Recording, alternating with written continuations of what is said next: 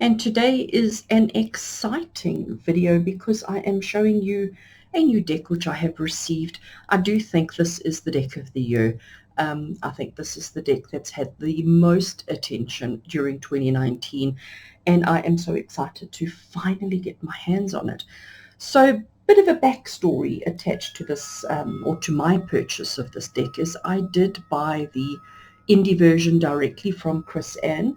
I received the notification that it has been dispatched or on its way to me on the 25th of September 2019, and today is the 14th of December, and it still has not arrived.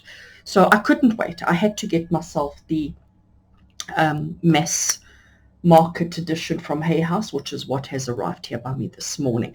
So I am thrilled to finally get my hands on the Light Seers Tarot, and I'm still holding thumbs, crossing fingers, and doing everything I can to hope that my my indie version arrives. I just every day I check the post box, eagerly waiting my delivery. But let's have a look at the Light Seers Tarot, which has arrived in South Africa. So exciting. So it is a really nice box from HayHouse. HayHouse publishers are the ones who've done the printing. They really have done a superb job with the box. I have nothing negative to say about the box at all. It is gorgeous. It's going to look stunning on my shelf with all my others, but we don't want to look at the box. We want to look at the cards. So we open. On the inside of the lid, we have a beautiful quote. We have Chris Ann's signature at the bottom. So really stunning. I'm going to just leave it out the way there. You can see how perfectly everything fits in the box, which is really awesome. So the first thing we have is the little guidebook, and it's not so little. It's actually quite a nice guidebook. It's got quite a lot of information on each of the cards. So something I will certainly be going through and reading cover to cover. So I have already been inside the box. I have already looked at the cards and I put them in face down. Normally they would be face up, just because I wanted you to see the backs before you actually see the images themselves. But again, you can see how beautifully they fit in the box. You can see the box is really top quality. I really have to say that. Okay. So the inside of the box just has that image on it. So the cards arrived, and I have seen on social media, I have seen on Facebook, I have seen on Instagram, and I have seen on YouTube that people have been getting all sorts of problems with their decks. So of course that was the reason why the minute mine arrived, I opened it to see whether I had one of those faulty decks, and guess what? I do. I don't know if you can see. So the first thing that you notice is that it has been cut into parts. So you've got the first half, you've got the second half. It even looks like different shadings. The interesting bit is if I lie it down, I don't know if you're going to see, there's actually a height. Let's do it like that. No, you're not going to see it. There's actually a height difference. So these lot over here are higher. So there we go. You can see the height difference just in that corner. And if we lie them down sideways, this corner has also got a bit of a height difference, okay? There we go. You can see the height difference there. So that's a bit disappointing. The other common complaint that I have seen, and I do have it, but it's not that severe, is right through the entire deck here. There's a line which has actually created a dent or a crease right through the entire deck. Okay, so it's apparently from a clamp. So when it was clamped, whether the clamping was to do the cutting, to do the sealing, although these weren't sealed in plastic, they just had the paper wrapped around them, and there's no mark on the paper, so the problem couldn't have been with that. But this line or this crease goes right from here all the way, so it does impact every single card in the deck. But I think my excitement over finally receiving this deck sort of makes it, I don't want to say it makes it okay. I would love to have a fixed, perfect version of these, of these beautiful cards. And I think if I had my indie deck already, I probably wouldn't worry too much about the little flaws that we have here, because the images are, wow, they are just perfect. The color is beautiful. I am so happy with the quality of the images, but of course that's now Chris Ann's work. I'm really happy with the coloration of the cards. So I have been through, and I have to be honest and say I've given them a good old shuffle, and I have then put them back into order. And the reason why I shuffled was to see how the imperfections impact on the cards, and it doesn't. The shuffling is absolutely fine. When they're all shuffled together, obviously you don't see that separation in the cutting at all. So what I'd like to do now is to do a little bit of a flip through of the cards. I'm going to just do the major arcana just to give you an idea of exactly what all the cards look like. There are so many videos and walkthroughs and unboxings on YouTube. So if you want to get a look at all 78 cards, I'm sure you'll find it. I just want to show off and brag a little bit about what I have here. So just to do the major arcana. So we're starting off with the Fool. I love that we have the Flower of Life. I love we have the amethyst crystal, the energies that you're seeing flowing everywhere, the wind in her hair. You know, everything is just absolutely gorgeous. The Magician. I love the energy swirls that you're seeing, the energy vortex in the water that we're looking down at. So focused on the pool, so focused on the water and the evolution. We've got the symbols. I know it's difficult to see, but we have got the elemental symbols over there. We've got the infinity, just absolutely gorgeous. The High Priestess, and this is the image that was used on the box. We've got ruins. The more you look, oh, the detail, just absolutely exquisite. The Empress.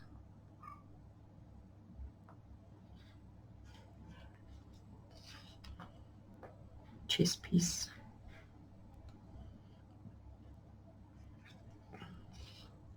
So this particular card in the indie version wasn't called the Hierophant.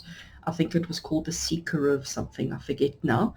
But for the mass market version, they brought the numbering or the wording back to the Hierophant. But you know, you can't look at him and not want to smile and laugh with him, because it's such an infectious image. It's such an infectious laugh, giggle, smile that he has. You want to participate. Nothing I can say to add to the beauty of that card, the raw passion and desire that's there.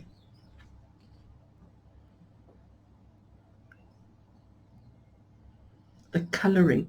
I know you don't see the colors as vividly on camera as I'm seeing them, but oh, it is absolutely gorgeous. I have seen a couple of people say that they don't particularly like the Strength card. They don't like her face being half lady and half lion. And I must say, I really enjoy that, because if she didn't have the half lion face with the lamb there, it wouldn't depict the strength as much as it does. And I think this shows that we've all got the lion within us. We've all got that deep within us. And that's exactly what the card's message and interpretation is. So I really do like it. Everybody's favorite, the Hermit card, and especially again this depiction. So there she's sitting on a cliff. She's obviously walked all the way sitting on the cliff. If you look at it briefly, it looks like she's hovering in the air, but there is actually cliff, but it's the light emanating from within her or next to her or behind her that is putting that kind of, you know, glow around her, so it's difficult to see the cliff edge, but oh, beautiful. The white and the black, the yin and the yang and the opposites. You can see all the movement and the motion, and she's quite secure and quite stable. Smiling and happy, not so happy.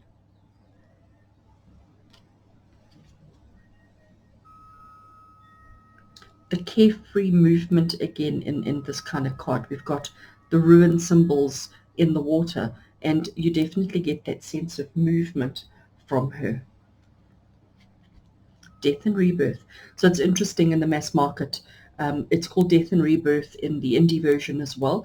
And yeah, I thought they would have lost the rebirth, and like they did with the Hierophant when they went back to the original text, I thought that they would do that here, but I'm glad that they haven't. And I'm glad, I just love this image, that the image isn't so death. It is absolutely the rebirth and, you know, the vortex into the anything is possible. Love it. Temperance, sun and the moon. Just everything is just so beautiful. And this devil, the eyes, he is so tempting. These two strings that you see here, there's actually 3 of them, but I think on camera you might only see the 2. They are actually tied to his hands, so he is the puppeteer for this individual over here. And again, such an awesome depiction of the devil card. We have all the animals, the butterflies, the rabbits. We have the lightning strike. So we've taken out the human element here, and we've gone back to nature. And I think that, again, such an awesome depiction of the Tower card, because, yeah, it's not always about the man-made stuff. It's not always about the material possessions. It's just about the shattering of our foundations, you know, on an earth level. Love it. So much hope. And that card isn't there. The colors, everything is just so perfect. Perfect. What I really enjoy about this particular moon card in the Light Seers is the fact that, you know, what's happening above water and what's happening below water are so different. And we always seem to focus on surface level, don't we? We don't often look deep. And that's, again, the depiction of the moon card. Look at the colors, the vibrancy, the happiness, the joy, the movement, the not a care in the world. And then I love that energy connection from the center of the sun through to our earth being.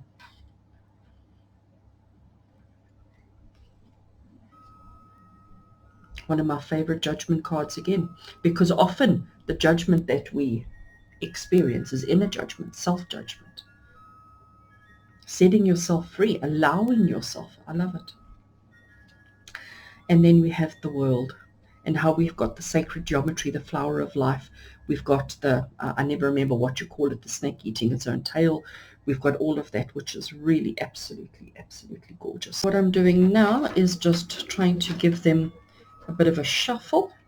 They do shuffle quite easily and quite nicely, even though the cutting is not perfect, and we're going to see that really clearly now as we mix the cards up and shuffle them. Sorry, my small hands.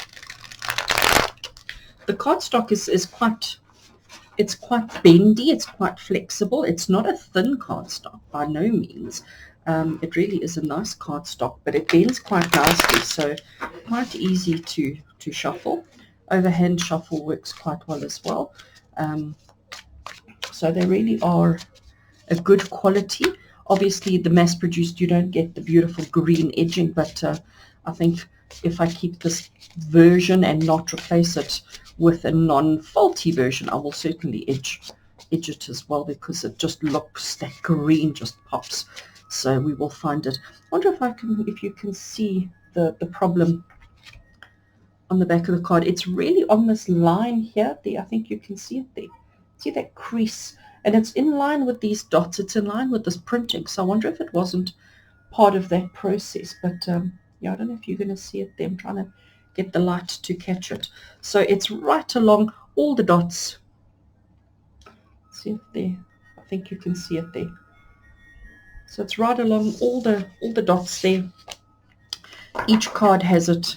But anyway, let's just carry on shuffling and draw a card and see what is the first message that the Light Seers Tarot has for us today.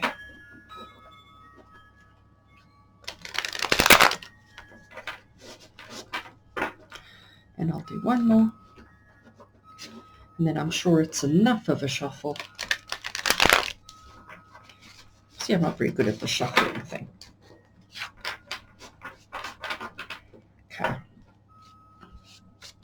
Right, so Light Seers Tarot, HayHouse publication.